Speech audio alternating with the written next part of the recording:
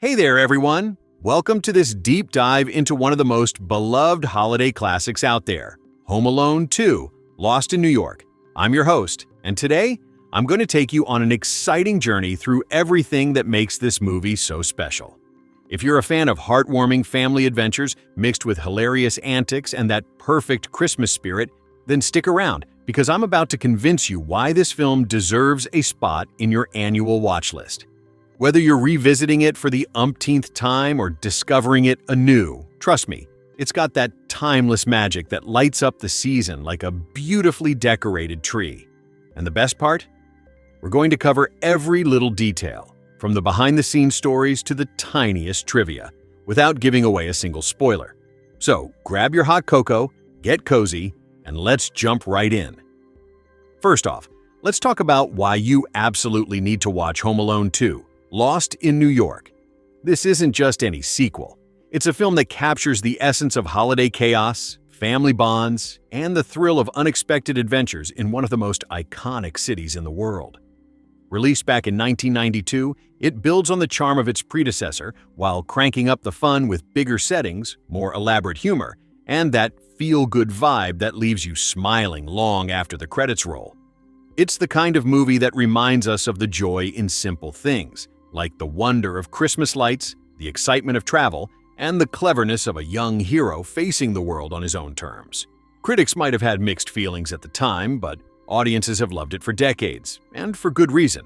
It's packed with laughs, heart, and that nostalgic warmth that makes it perfect for family gatherings or solo viewings under a blanket. If you're looking for something to boost your holiday spirit, this is it. Pure entertainment that stands the test of time. Now, let's rewind a bit and explore how this gem came to life. The story starts with the massive success of the original Home Alone in 1990, which was a blockbuster hit that took the world by storm. Naturally, the folks at 20th Century Fox wanted more, and they turned to the creative genius behind it all, John Hughes. Hughes, who was already a legend for writing and producing teen classics like The Breakfast Club and Ferris Bueller's Day Off, signed a 6-picture deal with the studio right after the first film's triumph. By February 1991, he had finished the script for the sequel, pouring his signature blend of humor, family dynamics, and holiday cheer into every page. Hughes not only wrote it, but also produced the film, ensuring that his vision stayed true from start to finish. And directing duties went back to Chris Columbus, the same talented filmmaker who helmed the original. Columbus, known for his work on family-friendly hits like Mrs. Doubtfire and the first 2 Harry Potter films later on, brought his knack for blending comedy with emotional depth. He even pushed to change the original working title from Alone Again to Home Alone 2, Lost in New York, because he didn't want audiences thinking it was just a lazy remake. He wanted to emphasize the fresh adventure in a new location. The production budget for this sequel was set at $28 million, which was a step up from the first film's $18 million. Allowing for more ambitious sets, locations, and effects. Principal photography kicked off on December 9, 1991, and wrapped up on May 1, 1992, spanning a grueling 144 days. Filming took place across multiple spots to capture that authentic feel. They shot in Winnetka, Illinois for the familiar family home scenes, then moved to O'Hare International Airport in Chicago and nearby Evanston for some travel sequences. But the real star of the show was New York City itself, where the crew filmed at iconic landmarks like Rockefeller Center and even the original World Trade Center. To add to the holiday magic, they decorated parts of the city with Christmas lights and fake snow, turning the bustling metropolis into a winter wonderland. One particularly cool detail is how they got permission to film inside the Plaza Hotel, which was owned by Donald Trump at the time. Trump allowed the crew to use the lobby in a suite in exchange for a cameo appearance and the standard location fee. Talk about a savvy business move that added a touch of real-world flair to the movie. Behind the camera, the crew faced some challenges that make the final product even more impressive. The cold weather in New York during winter shoots was brutal, with temperatures dropping low enough to make outdoor filming a test of endurance for everyone involved. Actors had to bundle up between takes, and the crew used heaters and hot drinks to keep spirits high. There were also some intense physical demands, especially for the stunt work. Joe Pesci, who reprises his role as one of the bumbling burglars, actually suffered real burns to the top of his head during a scene involving fire. He later joked about it, but it shows the dedication these performers put in. Daniel Stern, his on-screen partner in crime, also dealt with some tough moments, like getting electrocuted in a basement scene where he had to grab hold of water spigots and shake wildly. The director gave him basic blocking, and they ran 2 cameras to capture the wide and close shots simultaneously. But Stern improvised a lot, adding his own flair with screams and movements that made it hilariously over the top. He even shared stories years later about how the special effects team rigged everything safely, but the physical comedy required real athleticism to pull off without injury. Speaking of the cast, this movie boasts an incredible ensemble that brings so much life and energy to the screen. Leading the pack is Macaulay Culkin as the clever and resourceful Kevin McAllister.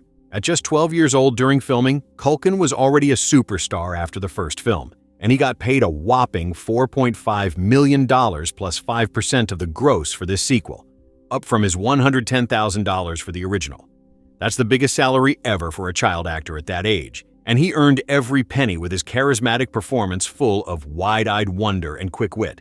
Culkin even preferred this sequel over the first because of the bigger scale and the fun of shooting in New York.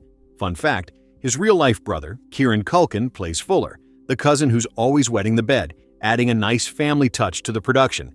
Then there's Joe Pesci and Daniel Stern as the hapless duo Harry and Marv, formerly known as the Wet Bandits, but rebranded as the Sticky Bandits in this installment.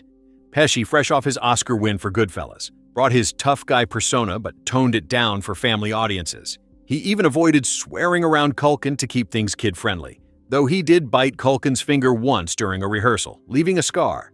Stern, known for his comedic timing from shows like The Wonder Years, shared that he and Pesci had a blast improvising, and Stern even kept some props like the crowbar as souvenirs. Catherine O'Hara and John Hurd return as Kevin's parents, Kate and Peter McAllister, delivering that perfect mix of worry and warmth. O'Hara, who would later star in Schitt's Creek, ad-libbed some lines to add humor, while Hurd brought a grounded fatherly presence. The extended family is back too, with Devin Rattray as the bullying big brother Buzz. Rattray has since reprised the role in later franchise entries. Jerry Baman plays the cheapskate Uncle Frank, always good for a laugh with his miserly ways. Other siblings include Hilary Wolf as Megan, Maureen Elizabeth Shea as Linny, Michael C. Morona as Jeff, and the cousins like Jedediah Cohen as Rod, Senta Moses as Tracy, Diana Compianu as Sandra, and Anna Slotky as Brooke. Terry Snell is Aunt Leslie, and Ralph Foodie reprises his role as the gangster Johnny from the fake movie within the movie, Angels with Even Filthier Souls, a sequel to the first film's Angels with Filthy Souls. New additions to the cast bring fresh energy to the New York scenes. Tim Curry, famous for the Rocky Horror Picture Show, plays the snooty concierge Mr. Hector with that signature mischievous grin that steals every scene he's in. Rob Schneider appears as the bellhop Cedric, adding his quirky comedy style. Brenda Fricker, an Oscar winner for My Left Foot, portrays the Pigeon Lady, bringing a touching layer of kindness and mystery. Eddie Bracken is Mr. Duncan, the warm-hearted toy store owner, and Dana Ivey plays the desk clerk at the hotel. There's even Ali Sheedy in a small role as a ticket agent, and a cameo from Donald Trump himself, directing someone in the hotel lobby. All these performers mesh perfectly, creating a vibrant world that feels alive and full of personality. One of the standout aspects is the attention to detail in the props and sets. For instance, the Talkboy cassette recorder that Kevin uses was specially designed for the film by Tiger Electronics, based on specifications from John Hughes in the studio. It wasn't functional during filming, they used a prototype. But after the movie's release, it became a real toy and a bestseller, with Culkin getting 15% of the merchandising profits. The toy store scenes feature Duncan's toy chest, which was inspired by real New York shops like FAO Schwartz, and the crew built elaborate displays with thousands of toys to make it look magical. The hotel room service bill in one scene totals a massive amount, reflecting the luxury of the plaza, and they filmed actual food like ice cream sundaes and pastries to make it mouthwatering. Filming in New York brought its own set of adventures. The crew had to deal with real city crowds, sometimes closing off streets for shoots, and they used a Boeing 767 from American Airlines for the plane scenes. American Airlines was a product placement partner, just like in the first film. Michael Jackson even visited Macaulay Culkin on set, adding a celebrity thrill to the production. And did you know the 2 turtle doves from the Toy Store Christmas tree reference the 12 Days of Christmas song? Little touches like that show the thought put into every frame. Now let's turn to the music, which is another reason this movie shines. John Williams, the legendary composer behind Star Wars and Jaws, returned from the first film to score this one. His work elevates the holiday atmosphere with sweeping orchestral pieces that blend whimsy and excitement. The main theme, Somewhere in My Memory, is back with lyrics by Leslie Bricusse, and there's a new one called Christmas Star that captures the magic of the season. The soundtrack was performed by the Hollywood Studio Symphony and includes tracks like Home Alone, We Overslept Again, Holiday Flight, Setting the Trap, The Attack Begins, Mom Returns Finale, and Merry Christmas, Merry Christmas. It's mostly new arrangements of the original material, but with fresh themes like Plaza Hotel and Duncan's Toy Store. 2 albums were released on November 20th, 1992. One with Williams' score running 63 minutes and 20 seconds, and another with pop songs at 39 minutes and 26 seconds. The pop album features artists like Darlene Love with All Alone on Christmas, Alan Jackson's A Holly Jolly Christmas, Lisa Fisher's My Christmas Tree, Atlantic Star's Silver Bells, TLC's Sleigh Ride, Tom Petty and the Heartbreakers' Christmas All Over Again, and more. It was re-released in 1993 as Home Alone Christmas with some track changes. In 2002, Vares Sarabande put out a 2-disc deluxe edition of the score, clocking in at 1 hour, 39 minutes, and 49 seconds with additional cues and fixed mastering issues. Williams' music isn't just background, it's the emotional heartbeat that makes you feel the holiday joy. Marketing for the film was huge, tying into the holiday season perfectly. Video games were released by THQ for platforms like Sega Genesis, Nintendo Entertainment System, Super Nintendo, Game Boy, and PCs, mostly in late 1992. There was also a handheld game from Tiger Electronics, and board games inspired by elaborate traps, similar to Mousetrap. Promotional partners included American Airlines, the Coca-Cola Company, Jack in the Box, Hardee's, and Roy Rogers restaurants, which helped spread the word far and wide. A novelization by Todd Strasser was published by Scholastic in 1992, along with another version by A.L. Singer and an audiobook read by Tim Curry himself. Imagine his voice narrating the story. The film hit theaters on November 20, 1992, with a running time of 120 minutes, making it the only sequel in the franchise to bring back most of the original cast. It opened strong, grossing $31.1 million in its first weekend from 2,222 theaters, with an average of $14,009 per site. That broke the record for the largest November opening, previously held by Bram Stoker's Dracula, and it held that title until 1994. In the US and Canada, it earned $173.6 million total, reaching $100 million in just 24 days, faster than the original's 33 days. Worldwide, it pulled in over $359 million, making it the third highest grossing film of 1992. It even topped the UK box office the weekend of December 11, 1992, though it came in second in the US behind The Bodyguard that same time.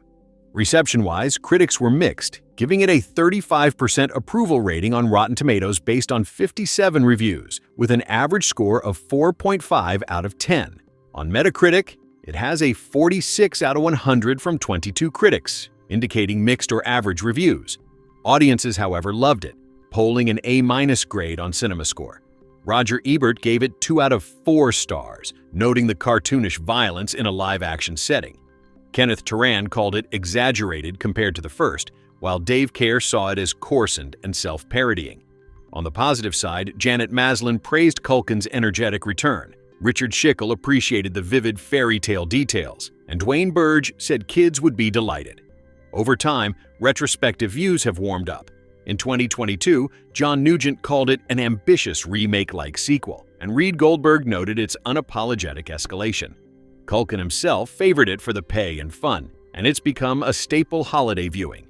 Home media releases kept the magic alive. It first came out on VHS and Laserdisc on July 27, 1993 via Fox Video. The DVD arrived on October 5, 1999 in a basic package, followed by Blu-ray on October 6, 2009 without special features.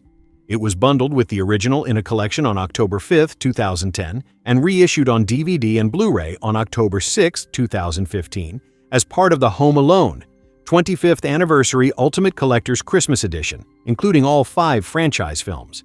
The franchise continued with Home Alone 3 in 1997 featuring a new cast, Home Alone 4 in 2002 recasting some characters, Home Alone, The Holiday Heist in 2012, and Home Sweet Home Alone in 2021 on Disney+, where Devin Rattray reprised Buzz.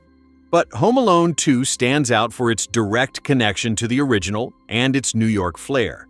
Trivia time.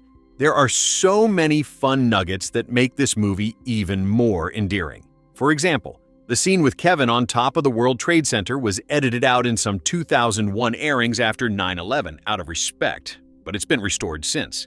The fake movie Angels with Even Filthier Souls features Ralph Foodie as Johnny and Claire Hoke as the Dame, with lines that have become iconic. Joe Pesci treated Culkin mean on set to keep the fear authentic, but off camera, they were pals. Daniel Stern improvised his screams in the electrocution scene, drawing from his theater background. The Plaza Hotel doesn't actually have a swimming pool like shown. That was a set built elsewhere. Macaulay's finger scar from Pesci's bite is real, and Pesci avoided cursing by saying fridge instead. The Bird Lady's pigeons were trained, and Brenda Fricker bonded with them. The toy store was a facade built on a Chicago lot, not New York. John Williams incorporated carols like Oh Holy Night and Carol of the Bells. The airport scenes used real O'Hare terminals. Culkin's stunt double did the more dangerous bits, but he handled a lot himself. The film's escalation in comedy was intentional, as Columbus wanted to top the original without repeating it, beat for beat. And here's more. The original script had even more elaborate ideas, but some were toned down for time. The cast endured long hours, with child labor laws limiting Culkin's shooting time. The holiday decorations were all custom-made to fit the 90s aesthetic. Product placements like Coca-Cola and American Airlines added realism.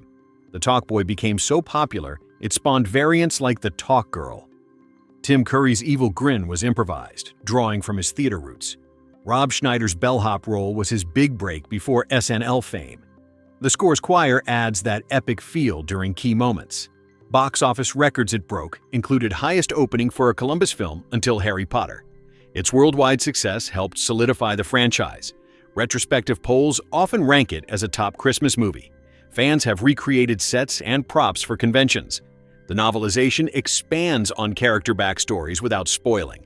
Audiobook with Curry is a treat for fans. Sequels shifted tone, but this one keeps the original spirit. If you thought the original was fun, wait until you see how this sequel turns up the adventure, the laughs, and that irresistible festive glow. I'm your enthusiastic narrator, and today we're going even deeper, covering fresh trivia, behind-the-scenes secrets, its lasting legacy right up to 2025, and why this movie still feels like the perfect holiday escape. No spoilers here, just pure excitement to get you ready to hit play. Let's keep rolling. Picture this. New York City decked out in twinkling lights, fake snow blanketing Central Park, and a kid exploring the Big Apple like it's his personal playground. That's the heart of what makes Home Alone 2 so special. It's not just a sequel, it's an upgrade. The budget jumped to $28 million, giving director Chris Columbus and writer-producer John Hughes the freedom to go bigger. They filmed on real locations that capture the city's holiday spirit perfectly, from the glittering Rockefeller Center to the bustling streets of Manhattan. And yes, the crew even dealt with a surprise blizzard during shooting. Talk about method acting for winter weather.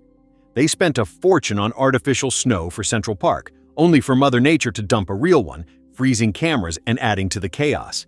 Those cold temps were brutal, but they created that authentic wintry vibe we all adore. Now let's zoom in on some jaw-dropping behind-the-scenes moments that show the dedication of the team. Joe Pesci, playing the tough guy burglar Harry, really got burned on the top of his head during a fiery hat scene. Ouch! He powered through, and years later he still jokes about it. Daniel Stern, as Marv, improvised those wild screams in the basement electrocution bit, grabbing onto props and shaking like crazy while 2 cameras rolled to capture every angle safely.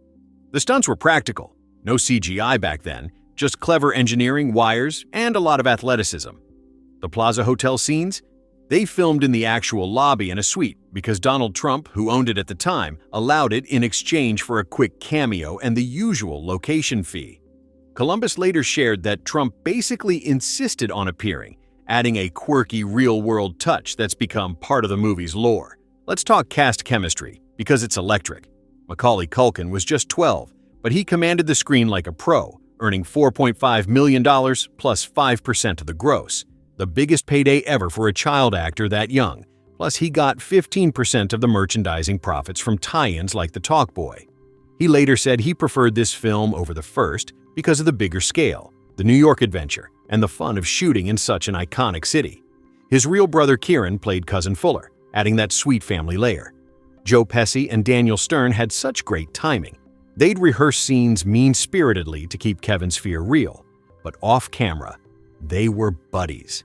Pesci even bit Culkin's finger during a rehearsal, leaving a little scar that Culkin still has. Catherine O'Hara and John Hurd nailed the worried parents again, while Tim Curry stole scenes as the suspicious concierge Mr. Hector with that sly, mischievous grin. Pure gold. Brenda Fricker brought warmth and depth as the kind pigeon lady, bonding with the trained birds on set. Rob Schneider added his quirky energy as the bellhop Cedric, and Eddie Bracken was the perfect jolly toy store owner. The sets were magical. Duncan's toy chest wasn't a real store, it was a massive facade built on a Chicago soundstage, filled with thousands of real toys to make it look like a kid's dream come true. The Talkboy? That cool cassette recorder Kevin uses was custom designed for the movie by Tiger Electronics based on John Hughes' specs. It wasn't even a real product during filming. They used a prototype. But after release, it exploded in popularity and became a bestseller. The hotel room service bill? They showed actual food like massive ice cream sundaes and pastries to make it look deliciously over the top. And those airport scenes at O'Hare? Real terminals, with American Airlines providing the planes for authentic product placement. The music is another reason this movie endures. John Williams returned with his orchestral brilliance, blending returning favorites like Somewhere in My Memory with new gems like Christmas Star. The soundtrack albums dropped on November 20th, 1992, one full of Williams' score, another packed with holiday hits from artists like Darlene Love, Alan Jackson, and Tom Petty. It got a deluxe re-release in 2002, and fans still play it every December to get in the mood. Box office-wise, it was a monster. Opening weekend, $31.1 million from 2,222 theaters, the biggest November debut ever at the time. It ended up grossing over $359 million worldwide, making it the third highest of 1992. Even in 2025, it's still raking in views on streaming, ranking in the top 10 most-watched movies during the holiday season on Disney+, with hundreds of millions of minutes viewed. There have been re-releases too, like in 2025 across APAC and EMEA, adding to its lifetime earnings. The franchise lives on, but this is the one that keeps the original spirit alive. Critics were mixed back then, 35% on Rotten Tomatoes, 46% on Metacritic, but audiences gave it an A- on CinemaScore, and over time it's grown into a beloved classic. Retrospectives call it an ambitious escalation, with practical stunts that still impress. In 2025, articles even analyze how Kevin's chaotic travel wouldn't happen today with modern security, proving how timeless the holiday mayhem feels. The cultural impact? Huge. In 2025, people are still calculating what Kevin's plaza stay would cost now, over $8,500 for the suite and room service, up from about $2,100 in 1992 due to inflation. Events pop up every year, like rooftop watch parties in NYC, in-concert screenings with live orchestras, and anniversary celebrations. It's the movie that nails holiday travel chaos, family bonds, and clever kid ingenuity. Trivia keeps coming. Cameras froze in the cold, extra security was needed because Culkin was a massive star, and the World Trade Center shots were edited out in some post-2001 airings, but restored later. The fake gangster movie inside the film? Angels with even filthier souls, iconic lines that fans quote forever. As we sit here on this chilly January day in 2026, with the Christmas glow still fresh in our memories, it's the perfect moment to keep diving deeper into why this film continues to capture hearts season after season. I'm your passionate narrator, and today we're unpacking even more layers. Fresh insights from recent years, updated trivia that keeps popping up, the film's incredible staying power on streaming, and those mind-blowing modern-day cost breakdowns that make Kevin's adventure feel even more epic. All without a single spoiler, of course. Just pure, festive enthusiasm to keep the holiday spirit alive a little longer. Let's dive right back in. One of the things that makes Home Alone 2 feel so timeless is how it perfectly nails the chaos of holiday travel gone wrong. Kevin's wild mix-up at the airport, ending up solo in the Big Apple while his family jets off to Florida, it's relatable in the best way, especially now. Recent articles from late 2025 pointed out how much harder that plot would be today with tighter airport security, digital boarding passes, facial recognition, and all the post-9/11 changes. Back in 1992, it was believable. In 2026, it's a fun what if that highlights how much the world has evolved while the movie's charm stays exactly the same. It's like a time capsule of simpler travel days, wrapped in laughs and holiday lights. And speaking of costs, wow, the inflation stories from 2025 really blew up. Multiple outlets crunched the numbers on what Kevin's luxurious one-night Plaza Hotel escapade would set you back today. In 1992, his total bill, including the fancy suite, that legendary room service feast with lobster, cheese pizza, and the massive ice cream sundae, was around $2,109. Fast forward to 2025, and analysts from travel insurance sites like iSelect estimated it at a whopping $8,511, a staggering 303% jump. The suite alone ballooned from about $1,100 to over $6,244, while the room service splurge climbed more than 130% to around $2,234. Even that iconic $18 sundae? It'd be closer to $24 now. These breakdowns went viral during the holiday season, with fans joking about Macaulay-flation and debating if Kevin's parents could still afford it. It's hilarious and eye-opening, showing how the film's luxury feels even more extravagant in today's economy. The Plaza remains an icon, and visiting it during Christmas still feels like stepping into the movie, minus the sticky bandits, of course. The film's legacy keeps growing stronger every year, especially around the holidays. In December 2025, Home Alone and Home Alone 2 dominated streaming charts once again. They rocketed into the top spots on Hulu's top 10 in the US, with the original claiming first and the sequel right behind in second.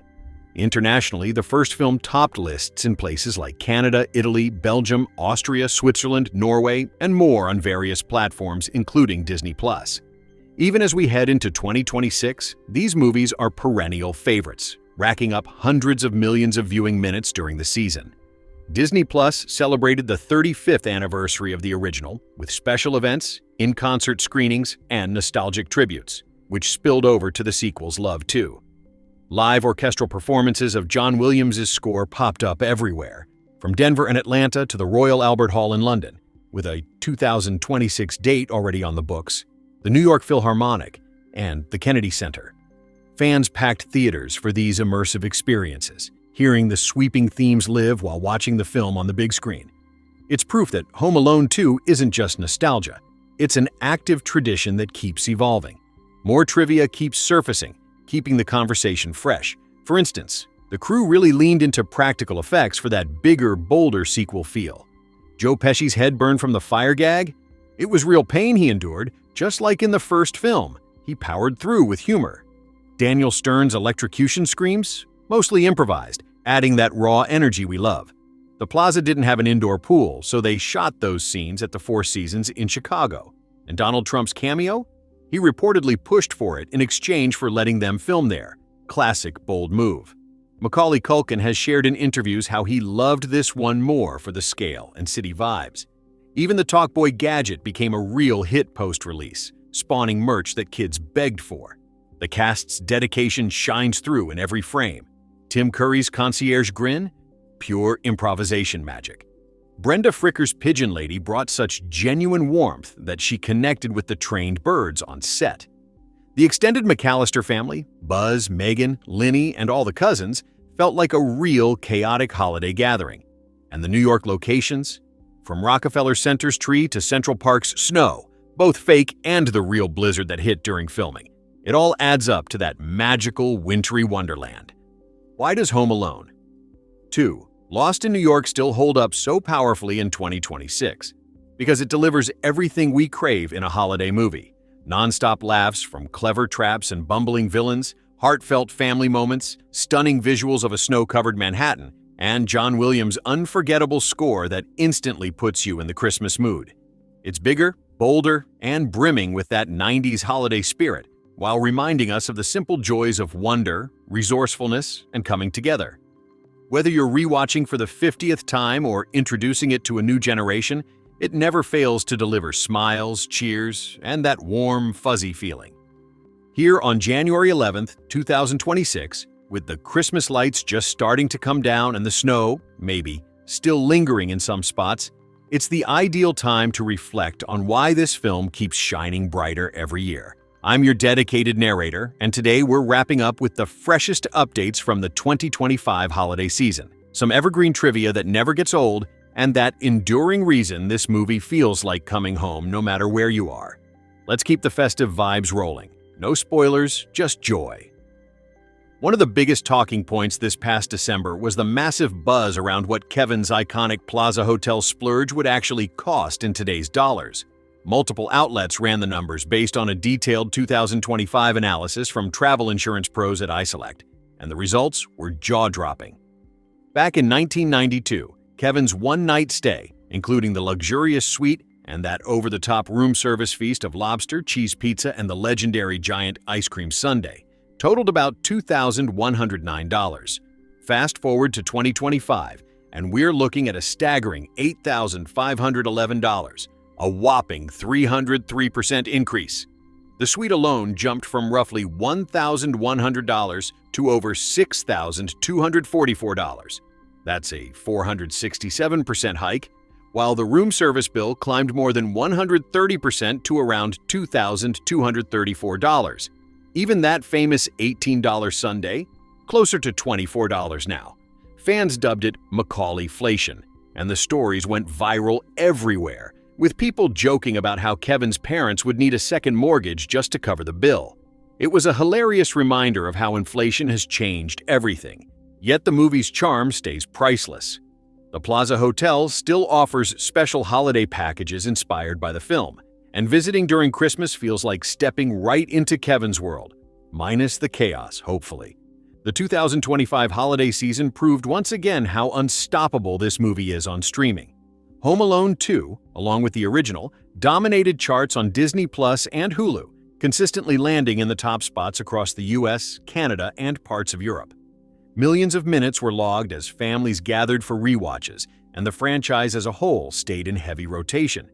Disney Plus pushed the 35th anniversary of the first film hard, which naturally boosted love for the sequel too. It was everywhere, from social media debates about whether Home Alone 2 is actually better than the original. A growing camp says yes, thanks to the bigger scale and New York energy, to viral trends, where kids shouted out classic lines in perfect timing. Live events took things to another level. In-concert screenings of Home Alone 2 with full orchestras playing John Williams' score live to picture were a huge hit in 2025. Places like the Colorado Symphony in Denver packed houses for multiple nights in late November, and similar shows popped up in cities across the US and beyond. Fans raved about how the music hits differently when performed live. The swelling holiday themes, the playful cues during Kevin's escapades, and that emotional "somewhere in my memory" really pull at the heartstrings. And get this, the Royal Albert Hall in London already has a date locked in for December 12, 2026 for Home Alone 2, Lost in New York in concert. If you're anywhere near there, tickets are going to fly. It's the ultimate way to experience the film's soundtrack as the masterpiece it is. More trivia keeps bubbling up to keep things fresh. Did you know the production spent a ton on fake snow for Central Park scenes, only for a real blizzard to hit during filming? The crew had to adapt on the fly, but it made the winter wonderland even more authentic. Or how Joe Pesci kept his tough guy method acting going by not smiling around Macaulay Culkin on set. Pesci even told him to shut up once when the kid asked why he never smiled, which Culkin later said he actually appreciated for keeping the dynamic real. Daniel Stern's over-the-top reactions in the trap scenes, a lot of improvisation, drawing from his theater days. And the pool scene? Filmed at the Four Seasons in Chicago since the real Plaza doesn't have an indoor pool. Classic movie magic trick. The cast's real-life bonds add extra warmth, too. Macaulay Culkin's massive payday of $4.5 million plus percentages made him the highest-paid child actor of his age at the time. and he poured that energy into loving the New York shoot. Tim Curry's sly concierge grin? Mostly ad-libbed, and it became one of the film's most quoted bits. Brenda Fricker's pigeon lady scenes still tug at heartstrings for their quiet kindness. Even the little details, like the talk boy becoming a real toy sensation after the movie, show how much thought went into every element. So here we are in early 2026, and Home Alone 2. Lost in New York is still the gift that keeps on giving. It's the perfect blend of slapstick comedy, clever kid ingenuity, stunning holiday visuals of a snow-draped Manhattan, and that unbreakable family heart at its core. The laughs are bigger, the stakes feel grander, and the Christmas spirit radiates from every frame. Whether you're dealing with post-holiday blues, planning your next family movie night, or just need a quick dose of joy, this film delivers every single time. We're circling back one last time to celebrate the unstoppable holiday charm of Home Alone 2, Lost in New York, the sequel that took Kevin's clever chaos from a suburban house to the glittering streets of Manhattan and made it even more magical. As we sit here on January 11th, 2026, with the new year fully underway and those Christmas memories still sparkling, it's clear this film isn't slowing down anytime soon. I'm your ever-enthusiastic narrator, and today we're tying up loose ends with the latest from the 2025 season, some timeless behind-the-scenes gems, and why more fans than ever are calling this one the true winner of the franchise. No spoilers, just endless festive love. Let's keep the party going. The 2025 holiday rush was massive for the Home Alone series, proving its place as an eternal classic. On Disney Plus and Hulu, the movies dominated streaming charts once again. All 6 films in the franchise were available, but the original and Home Alone 2 led the charge, often landing in the top spots across the US, Canada, and Europe. Disney Plus highlighted the 35th anniversary of the first film with special promotions, marathons, and even a standalone stream of the first 3 movies starting late November. Perfect for non-stop holiday binges. Families logged millions of viewing minutes, and social media lit up with rewatches, quote battles, and debates. Even in early 2026, people are still talking about how these films bring that cozy, feel-good energy right when you need it most. That viral inflation breakdown from December 2025, it kept making waves. The iSelect travel insurance study crunched the real numbers using current Plaza hotel rates, historical data, and updated menus. Kevin's one-night extravaganza, sweet, room service feast with lobster, cheese pizza, and that epic giant ice cream sundae, jumped from about $2,109 in 1992 to a staggering $8,511 in 2025. That's a 303% increase overall. The suite alone skyrocketed from roughly $1,100 to over $6,244, a 467% leap, and the room service bill climbed more than 130% to around $2,234. That famous sundae? From $18 to about $24. Headlines everywhere called it Macaulay-flation, and fans had a blast joking about how Kevin's parents would react today. It just highlights how the movie's luxury feels even wilder now while the fun stays timeless. The Plaza still does holiday nods to the film, and stepping inside during Christmas season feels like pure movie magic. The live concert scene exploded in 2025 and is already gearing up for more. Orchestras across the U.S. performed John Williams' score Live to Picture. Think Dallas Symphony, LA Phil for the 35th anniversary, Chicago Symphony, Austin Symphony, and others packing venues in December. Fans described it as transformative. The sweeping themes, playful cues, and holiday warmth hit so much harder live. And mark your calendars. The Royal Albert Hall in London has Home Alone 2, Lost in New York, in concert scheduled for December 12, 2026, with the Royal Philharmonic Concert Orchestra. Tickets will vanish fast. It's the dream way to experience that iconic soundtrack. Fresh trivia keeps the love alive, too. Director Chris Columbus once shared that Donald Trump's cameo came as a condition for filming at the Plaza. He owned it then and wanted in.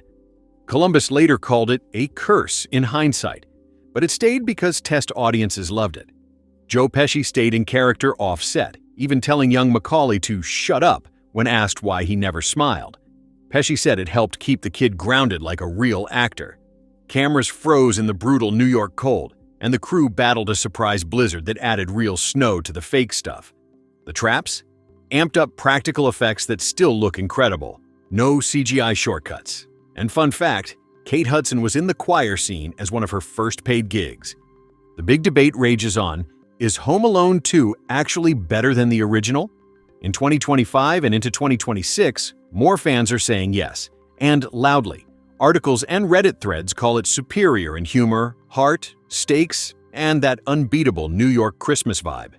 Tim Curry's concierge, the grander traps, the bigger laughs. People argue it escalates everything perfectly without losing the soul. Director Chris Columbus himself leaned toward the sequel in a recent chat, praising its really violent sense of humor that takes the comedy to the next level. It's a hot take, but it's gaining ground every holiday. At the end of the day, Home Alone 2, Lost in New York, is that rare sequel that doesn't just repeat, it elevates. The dazzling city lights, the heartfelt moments of kindness, the non-stop clever comedy, and John Williams' score that wraps you in holiday warmth. It's all there in spades. It reminds us of childhood wonder, family bonds, even when things go wrong, and the joy of a little mischief during the season. The 2025 holiday season was a massive win for Home Alone 2. Streaming charts on Disney Plus and Hulu saw the movie and the original dominating top spots across the US, Canada, and Europe, with families diving into marathon viewings and racking up millions of minutes watched. Disney Plus leaned hard into the 35th anniversary of the first film with special promotions and curated playlists that spotlighted the sequel too. Social media exploded with fans sharing their favorite moments, quote challenges, and hot takes on why the New York adventure feels even more epic today. And the live concert phenomenon? It reached new heights. Orchestras in cities like Milwaukee, with the Milwaukee Symphony on November 30th, Denver, Colorado Symphony on November 28th to 29th, Atlanta Symphony on November 29th to 30th, and others packed venues for screenings with John Williams' score performed live to picture. The energy was electric. Fans described the holiday themes hitting harder, the playful cues making everyone laugh out loud, and the emotional swells bringing that warm, fuzzy feeling. Looking ahead, the Royal Albert Hall in London has already locked in Home Alone 2, Lost in New York, in concert for Saturday, December 12, 2026, with the Royal Philharmonic Concert Orchestra. If you're anywhere near London, get those tickets early. It's going to be unforgettable. That viral inflation story from December 2025, it kept circulating like wildfire. The iSelect travel insurance study, using real Plaza hotel rates, historical data, and updated menus, calculated Kevin's one-night luxury stay, suite, room service feast with lobster, cheese pizza, and that legendary giant ice cream sundae, from $2,109 in 1992 to a mind-blowing $8,511 in 2025. That's a 303% jump. The suite alone surged to $6,244, a 467.6% increase from about $1,100. Room service climbed to around $2,234, up over 130%, and even the iconic sundae went from $18 to about $24. Headlines called it Macaulay-flation, and people had so much fun joking about how Kevin's parents would faint at the modern bill. It just goes to show how the film's over-the-top indulgence feels even more extravagant now, while the pure fun remains timeless.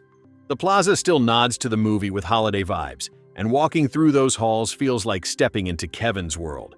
The age-old debate, is Home Alone 2 better than the original? Hit fever pitch in late 2025 and into 2026. Articles from outlets like Tom's Guide boldly declared the sequel superior in every way. Bigger laughs, grander stakes, more heart, and that unbeatable New York Christmas glow. Macaulay Culkin himself has weighed in with his famously blunt take. He prefers the sequel because I got paid more. His $4.5 million payday plus percentages, including 15% of Talkboy merch, was life-changing. Fans on Reddit, Instagram, and everywhere else are increasingly siding with Team Sequel, praising how it escalates the comedy perfectly without losing the soul. Director Chris Columbus has even called out its really violent sense of humor as a step up. It's no longer a minority opinion. This one's gaining serious momentum. More trivia keeps the conversation fresh. Joe Pesci stayed method acting tough offset, once telling young Macaulay to shut up when asked why he never smiled. Pesci said it helped keep the kid grounded like a real pro. The crew spent big on artificial snow for Central Park, only for a real blizzard to hit and make it even better. The pool scene? Shot at the Four Seasons in Chicago since the plaza has no indoor pool, classic Hollywood switcheroo. And Kate Hudson appeared in the choir scene as one of her earliest paid gigs. Donald Trump's cameo? Reportedly a condition for filming permission. He owned the plaza and wanted in. These little stories make rewatching even more delightful. The 2025 holiday season was nothing short of spectacular for Home Alone 2. On Disney Plus and Hulu, the entire franchise stayed front and center, with the first two films leading the charge in top charts across the US, Canada, and Europe. Disney Plus went all out for the 35th anniversary of the original, offering special marathons, curated playlists, and even a standalone stream of the first three movies starting late November, perfect for those epic family binge sessions. Millions tuned in, social media overflowed with rewatches, fan theories, and joyful shout-outs, and the energy carried right into the new year. It's clear, these movies aren't just holiday staples. They're year-round comfort that hits different every time. The live concert wave was one of the biggest highlights of 2025. Orchestras brought John Williams' iconic score to life alongside the film in packed venues nationwide. Think the Milwaukee Symphony Orchestra for multiple shows in late November, the Colorado Symphony, Atlanta Symphony Orchestra with Susie Sider conducting on November 29th and 30th, the Chicago Symphony, and more. Fans raved about how the music feels epic live, the playful holiday cues during Kevin's escapades, the emotional swells, and that unforgettable "Somewhere in My Memory" bringing tears and cheers. Looking forward, the Royal Albert Hall in London has Home Alone 2. Lost in New York in concert locked in for Saturday, December 12, 2026 with the Royal Philharmonic Concert Orchestra. Get those tickets fast if you're planning a trip. That mind-blowing inflation breakdown from December 2025? It stayed viral for weeks. The iSelect travel insurance study, using real Plaza hotel rates, historical data, and current menus, showed Kevin's one-night luxury spree, suite, room service feast, with lobster, cheese pizza, and that giant ice cream sundae, jumping from $2,109 in 1992 to a staggering $8,511 in 2025. That's a 303% overall increase. The suite alone surged to $6,244, a 467.6% leap from about $1,100. Room service climbed over 130% to around $2,234, and the sundae went from $18 to about $24. People everywhere laughed about Macaulayflation and how Kevin's parents would need a miracle today. It makes the film's indulgence feel even more outrageous, yet the joy remains absolutely priceless. The plaza still channels that holiday magic, and visiting feels like a real-life tribute. The debate over whether Home Alone 2 tops the original? It's officially heating up big time in late 2025 and early 2026. Outlets like Tom's Guide ran bold pieces admitting it's better in every way. Bigger laughs, grander New York scale, more heart, and superior escalation. Macaulay Culkin has famously quipped that he prefers the sequel because "I got paid more." His $4.5 million plus percentages, including 15% of Talkboy merch, was huge. Director Chris Columbus has praised its really violent sense of humor as a step up, and fans on social media, Reddit, and beyond are shifting sides, calling it the true champion. Even Rob Schneider, the bellhop Cedric, has weighed in on the fun side. The sequels after the first two? Columbus himself has called them really bad and said the franchise went downhill from there, making the original pair shine even brighter. Fresh trivia keeps the magic alive. Joe Pesci stayed method tough offset, once telling young Macaulay to shut up when asked why he never smiled. Pesci explained it helped keep the kid grounded like a real actor. The crew splurged on fake snow for Central Park, only for a real blizzard to hit and make it authentic. The pool scene was filmed at the Four Seasons in Chicago, no indoor pool at the real plaza. Kate Hudson had one of her first paid gigs in the choir scene, and Donald Trump's cameo? Reportedly a condition for filming permission. He owned the plaza and insisted. These details make every rewatch richer. The live concert phenomenon reached incredible heights in 2025. Orchestras across the country performed John Williams' legendary score live to picture. Think packed houses with the Milwaukee Symphony Orchestra in late November, the Colorado Symphony, the Atlanta Symphony Orchestra with Susie Sider conducting on November 29th and 30th, the Chicago Symphony, the Dallas Symphony, and many more.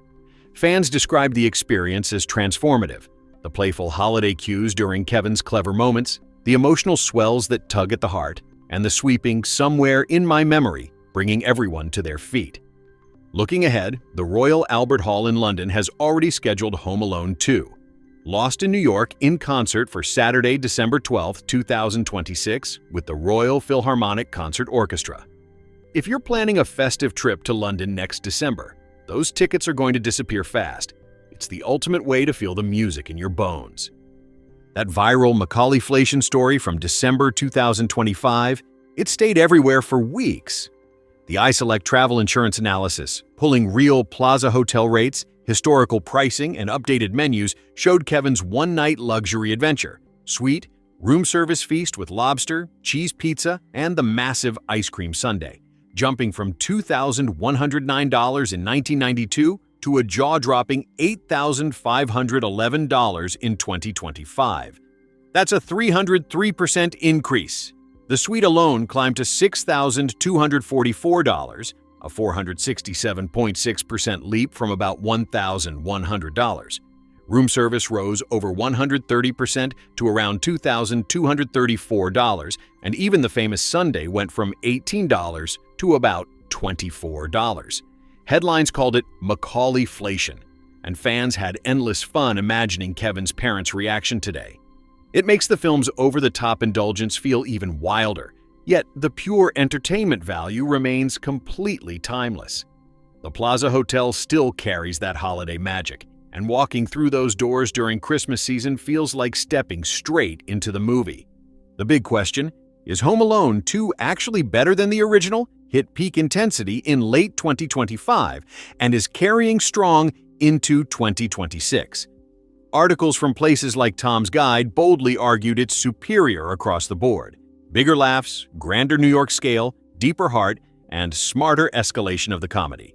Macaulay Culkin has famously said he prefers the sequel because "I got paid more." His $4.5 million plus percentages, including 15% of Talkboy merchandising profits, was a game changer for a 12-year-old.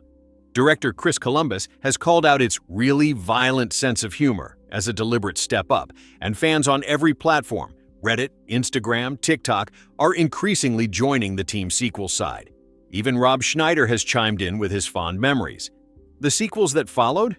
Columbus himself has been candid, calling them really bad and saying the franchise lost its way after the first two, making Home Alone 2 stand out as the perfect cap to the golden era.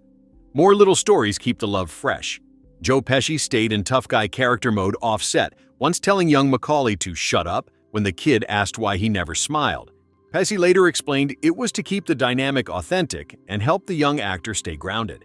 The crew invested heavily in artificial snow for Central Park, only for a real blizzard to roll in and make everything look even more magical. The famous pool scene? Filmed at the Four Seasons in Chicago because the real Plaza has no indoor pool. Classic movie trick.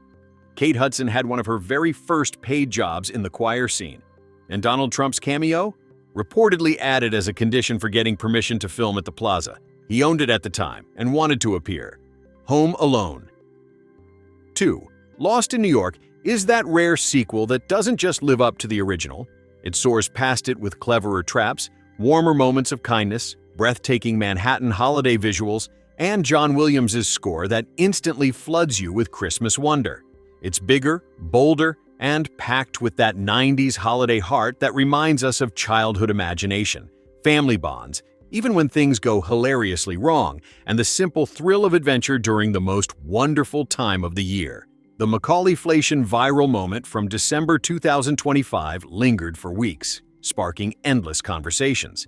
The iSelect study, using actual current Plaza rates, inflation-adjusted historical prices, and real menu updates, showed Kevin's extravagant one-night stay, suite, massive room service order of lobster, cheese pizza, and that unforgettable giant sundae, climbing from $2,109 in 1992 to $8,511 in 2025. A 303% increase.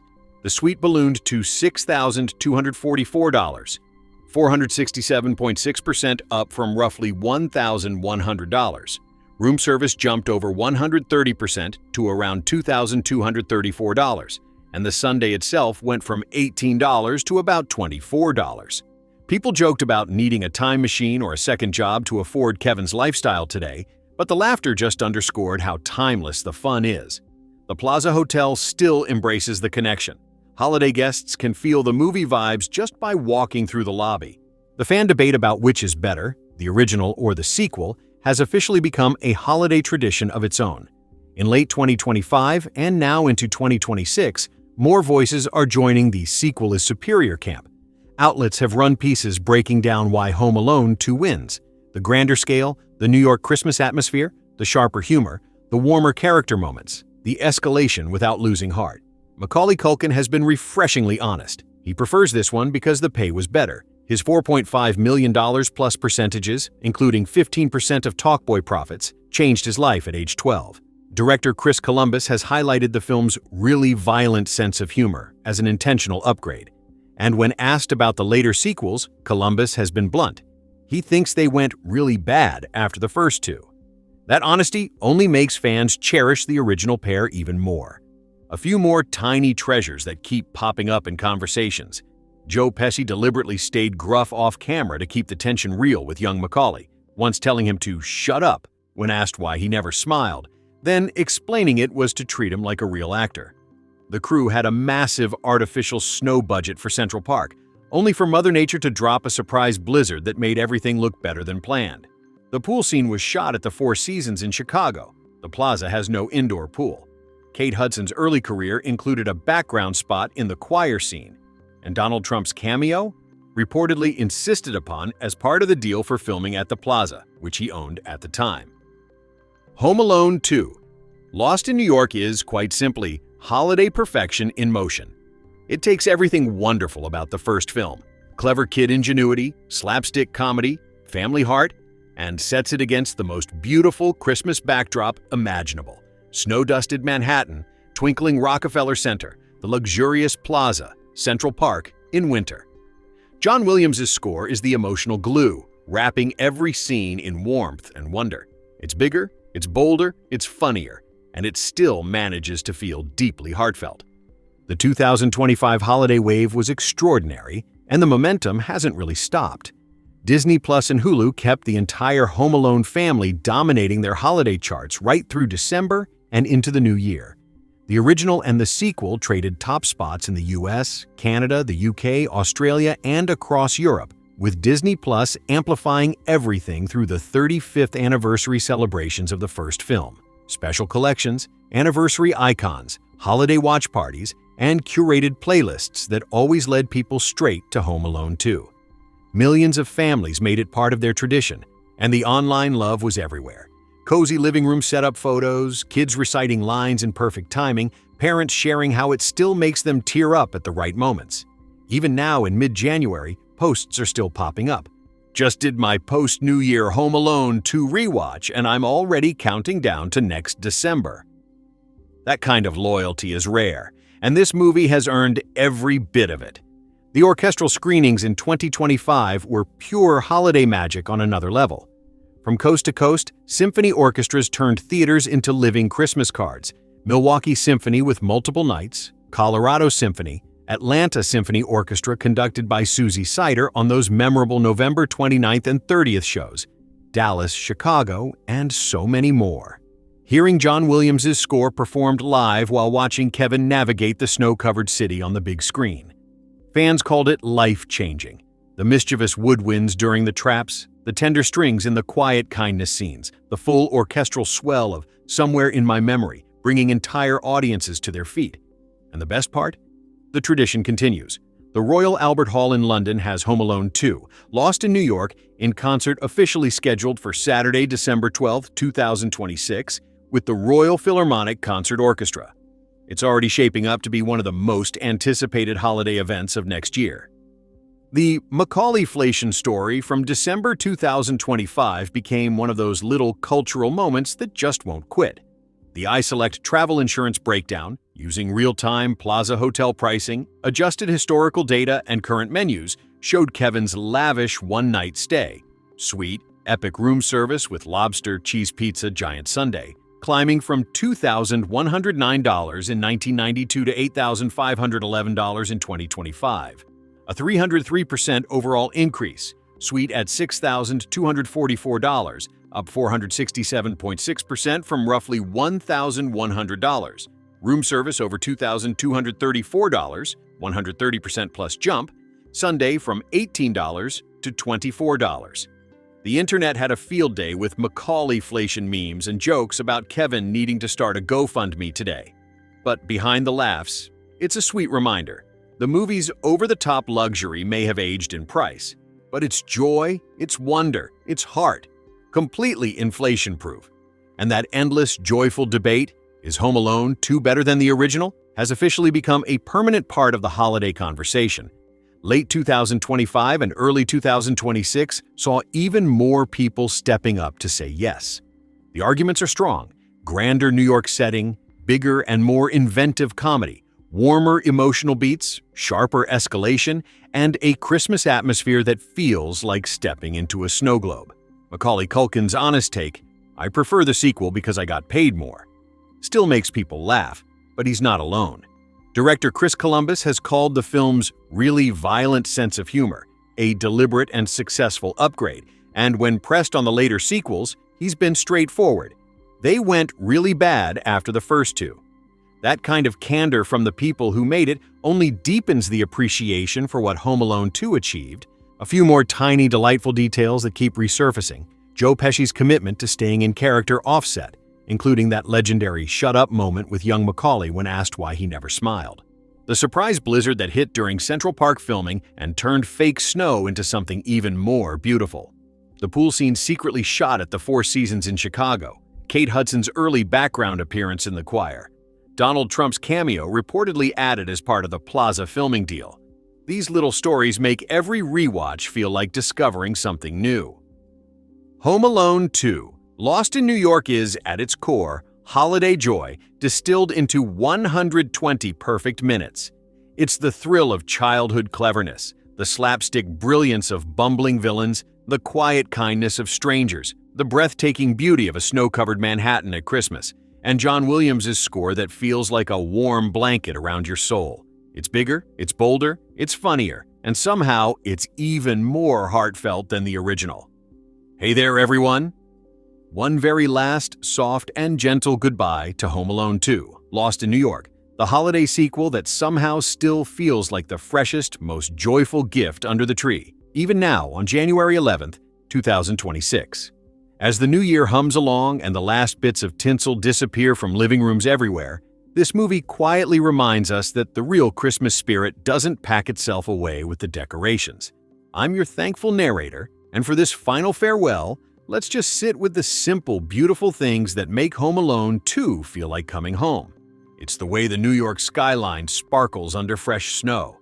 It's the warm golden glow of the Plaza Hotel lobby at night. It's Kevin's wide-eyed wonder as he discovers the city for the first time. It's the sound of John Williams' music swelling just when your heart needs it most.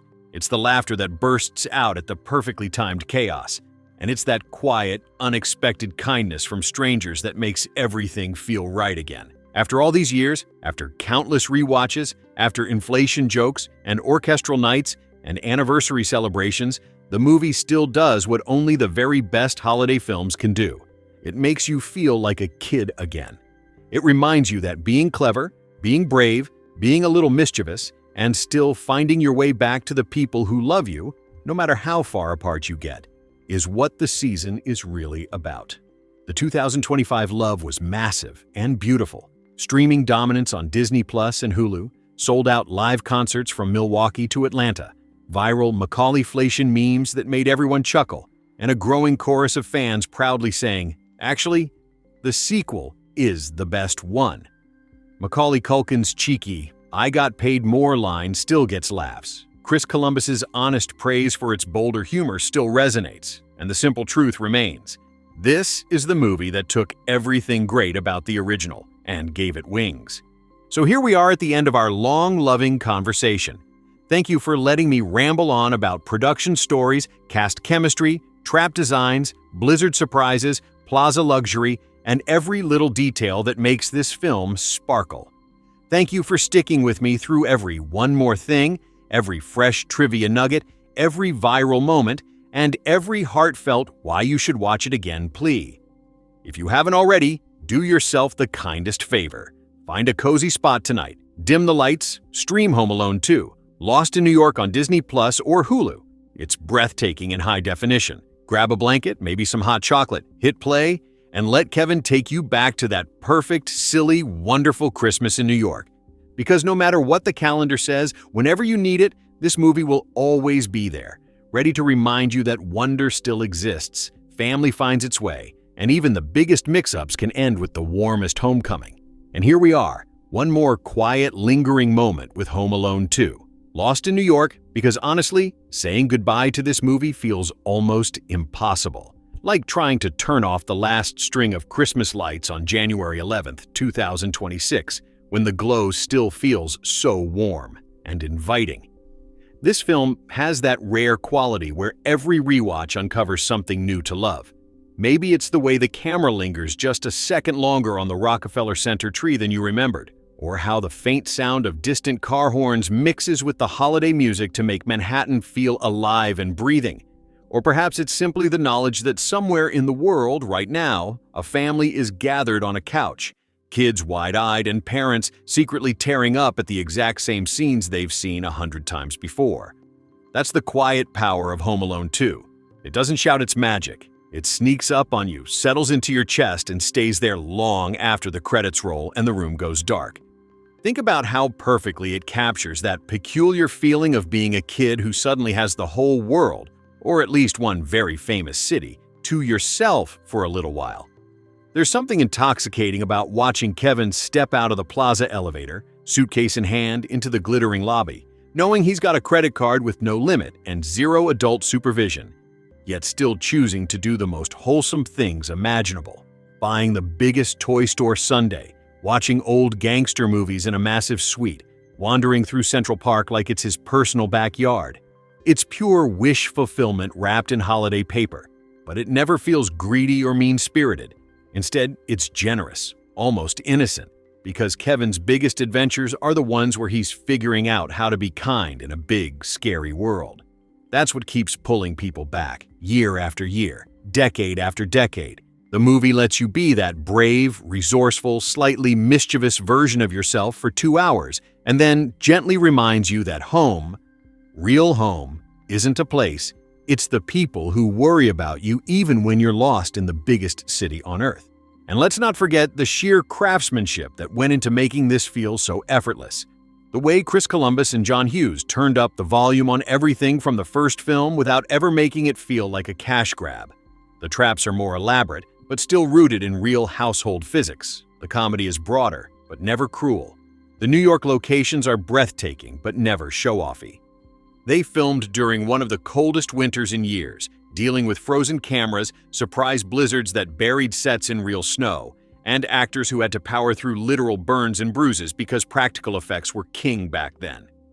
Joe Pesci and Daniel Stern threw themselves into those physical gags with the commitment of vaudeville legends, improvising screams and reactions that still land like comedy lightning. Tim Curry delivered every line as Mr. Hector with that perfectly arched eyebrow and oily charm that makes you laugh, even while you're supposed to be suspicious of him. Brenda Fricker's Pigeon Lady brought such quiet dignity and tenderness to her role that she turns what could have been a throwaway character into one of the most memorable moments of human connection in the entire franchise. These aren't just performances, they're gifts the cast gave us, wrapped up in tinsel and delivered with a wink. Even the smallest details hold up under endless scrutiny. The talk boy that became a real toy millions of kids begged for. The fake gangster movie sequel that still makes people, quote, "Keep the change, you filthy animal," in perfect unison. The way the Christmas lights reflect off wet sidewalks in every exterior shot. The soft crunch of boots on snow that sounds so authentic you can almost feel the cold. It's a movie built on layers. Comedy on the surface, slapstick underneath, heart woven through every frame, and nostalgia baked into the whole thing like cinnamon in mulled wine. And 30-plus years later, it still works on every level. Kids love the traps and the freedom. Teenagers appreciate the cleverness and the independence fantasy. Adults catch the subtle performances and the bittersweet undertones of family separation during the holidays. And grandparents see their own childhood Christmases reflected in the twinkling lights and the sense of wonder. So as we finally let this conversation come to rest, I just want to say thank you for listening, for caring, for letting me ramble on about a movie that means so much to so many. Home Alone 2. Lost in New York isn't just a film. It's a yearly appointment with joy, a reminder that even when things go spectacularly wrong, they can still turn out wonderfully right. Whenever life feels a little too big or a little too cold, you can always come back here. To Kevin's New York, to the plaza at Christmas, to the sound of sleigh bells and laughter echoing down Fifth Avenue. What makes this movie endure so stubbornly year after year is how it quietly refuses to let go of innocence. In a world that keeps getting faster, louder, more complicated, Home Alone 2 offers 2 full hours of permission to be small again, to believe that a clever 8-year-old can outsmart grown-ups, that strangers can become unexpected friends in the middle of a crowded train station, that a giant toy store can still feel like the most important place on Earth, and that being separated from your family doesn't mean you're alone, it just means you're on a bigger adventure than you planned. There's something profoundly comforting about that. The traps are hilarious, yes, and the physical comedy is still jaw-dropping in its ingenuity and commitment. But underneath all the slapstick brilliance is a very gentle story about trust, resourcefulness, forgiveness, and the unbreakable tether that pulls people back together even when airports, taxis, and wrong planes try their hardest to keep them apart. And the city itself, New York at Christmas in 1992, captured on film, is practically another character. The way the lights bounce off wet pavement, the steam rising from manhole covers, the distant honk of yellow cabs, the towering Rockefeller tree framed against a deep blue evening sky, the soft crunch of footsteps through fresh snow in Central Park. It's all so vivid, you can almost smell the roasted chestnuts and feel the chill on your cheeks. The filmmakers didn't just shoot a location, they bottled a feeling. The exact sensation of stepping into Manhattan during the holidays when everything seems possible and slightly larger than life. Even today, when you walk past the plaza or stand under that same tree, there's a tiny part of you that half expects to see a small boy in a red knit hat dart past with a talk boy under his arm. The people who made it poured so much care into every frame. Chris Columbus wanted the sequel to feel like an event, not a retread, so he pushed for real locations, real stakes, real physical comedy that left marks. Joe Pesci's scalp still remembers that flaming hat. John Hughes wrote a script that balanced escalating absurdity with genuine emotional beats, lines that sound throwaway until you realize they're carrying the whole weight of the story. John Williams conducted every note like he was scoring a symphony about childhood itself. And the cast? They gave everything. Macaulay Culkin carried the movie on his 12-year-old shoulders with a confidence that still amazes. Catherine O'Hara's worried mother panic feels achingly real. Tim Curry's concierge sneer is practically a masterclass in comic menace. Brenda Fricker's pigeon lady radiates quiet grace. And even the smallest roles, Rob Schneider's bellhop, Eddie Bracken's toy store owner, feel fully lived in and loved. So many Christmases have passed since 1992. Technology has changed, airports have changed, hotel prices have changed, hello, Macaulayflation. Security has changed, but the movie hasn't. It still works exactly the same way on a big screen in a concert hall with a live orchestra, on a laptop during a late-night rewatch, on a living room TV with kids sprawled across the floor, or even just in your head when you hear sleigh bells or smell pine needles. It still makes you laugh until your sides hurt, still makes you feel a little misty when the music swells, still makes you want to call someone you love just to say you're thinking of them. One more gentle, unhurried exhale into the soft glow of Home Alone. 2. Lost in New York, because even after all these words and all these winters, the movie still has that quiet pull, like an old Christmas ornament you unwrap every year and find it shining just as brightly as the first time. It's January 11th, 2026. The short days are slowly stretching out again. The world outside is busy with new beginnings. But right here, right now, we can linger a little longer in the snow-dusted streets of 1992 Manhattan, where the air smells faintly of pine and pretzels, where the plaza's golden lobby lights never quite dim, and where a small boy with a red coat and an even bigger imagination is still teaching us that being lost can sometimes be the most found you've ever felt. There's something almost sacred in how this film refuses to age harshly. It doesn't lecture, it doesn't preach. It simply invites you to remember what it felt like to believe the world could bend just a little bit in your favor if you were brave enough and clever enough to make it happen. What keeps drawing millions back every December isn't just the laughs, though the laughs are still perfect, still explosive, still the kind that make your whole body shake, or even the traps, which have become cultural shorthand for creative revenge. It's the deeper, softer current running underneath. The way the movie understands that childhood holidays can be equal parts thrilling and terrifying. The panic of being separated, the ache of hearing your mom's voice on a payphone and not being able to reach through the line, the strange mix of freedom and loneliness when you realize you're truly on your own in a city that doesn't know your name. And then, slowly, beautifully, the way it shows you that loneliness doesn't have to be the end of the story. A kind stranger with a flock of pigeons, a hotel clerk who chooses compassion over suspicion, a toy store owner who sees a child's wonder and decides to protect it.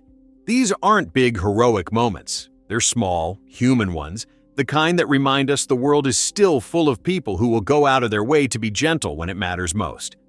That's the real gift Home Alone 2 keeps giving. Permission to believe in kindness, even when everything else feels chaotic. And the city, God, the city. New York in this movie isn't just a backdrop, it's a living, breathing character that cradles Kevin like an oversized, glittering cradle. The camera glides through Rockefeller Center at dusk, the tree blazing against the twilight like a beacon, the skaters circling below in slow, joyful loops. It pans up the plaza's facade, all elegant stone and holiday wreaths, then slips inside to the opulent lobby where chandeliers drip light like honey.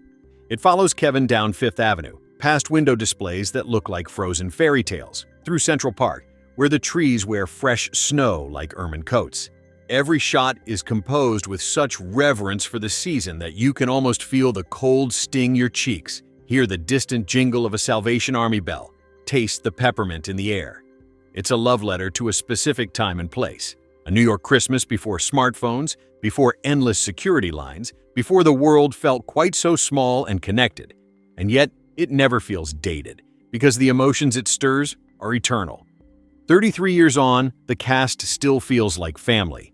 Macaulay Culkin, at 12, gave a performance so natural and confident that it's hard to believe he was ever nervous. He carries the film with a mix of wide-eyed awe and steely determination that makes Kevin feel real, not precocious. Catherine O'Hara's. Kate is the emotional anchor.